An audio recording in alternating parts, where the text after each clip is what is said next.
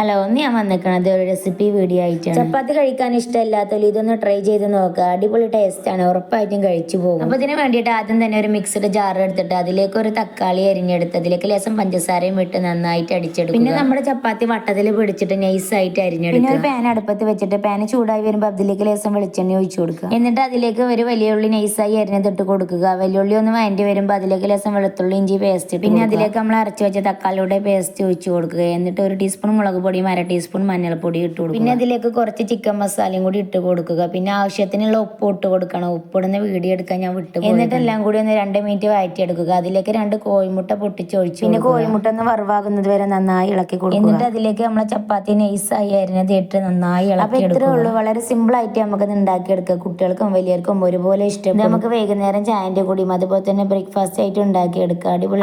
നിങ്ങളും ട്രൈ ചെയ്ത് നോക്കിയിട്ട് ഫീഡ്ബാക്ക് അറിയിക്കണേ. അടുത്തൊരു വീഡിയോ ആയിട്ട് വീണ്ടും വരാം. ടാറ്റാ.